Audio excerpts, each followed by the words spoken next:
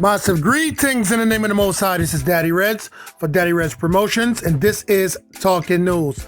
In this episode, Dovey Magnum, she got in some trouble with immigration. You know what to do. Like, comment, subscribe, share, show that you care. Talking News is here. All right, people. Apparently, Dovey Magnum has been arrested because there are arrest records, saying that the Queen entered the United States without permission. In other words, possibly on a false passport. They're just trying to say she snuck into the country. And right now they're holding her. And you know what time it is now. It's like, 2, 3 in the morning? What time is it? I'll tell you right now. I know it's only 1 in the morning right now, New York time. But, I guess tomorrow we'll follow up on this.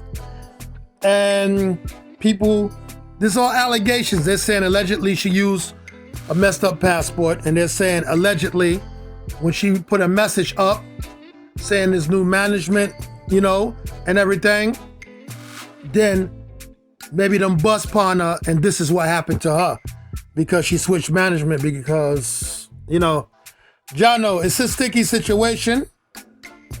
And them type of things I don't wish on anybody. So I'm just gonna watch it closely.